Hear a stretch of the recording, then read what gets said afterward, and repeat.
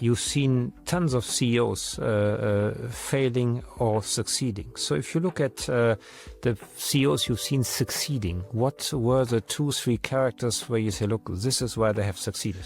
What makes the difference between a good firm and a bad firm, and that's culture.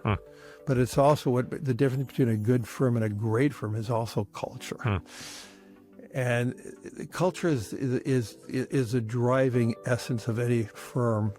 And it all comes down to, as we see this in every company, we see this in government, it comes down to leadership. If you have the right leadership that's encouraging the proper culture, you have the right leadership that is willing to take on, growth initiatives that are properly judged and properly monitored, and you have a culture of, I always say, especially in industries that are heavily regulated like ours, we need to have a culture of identification of risk. And so you have to have that's a cultural thing. So if you have this strong cultural identity that we need to identify risk and then have a culture of mitigating that risk and then cauterizing it.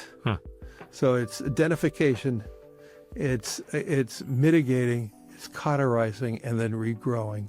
Yeah. But that's that is the biggest difference between great companies and good companies. If you catch a good wave, the whole industry rises together.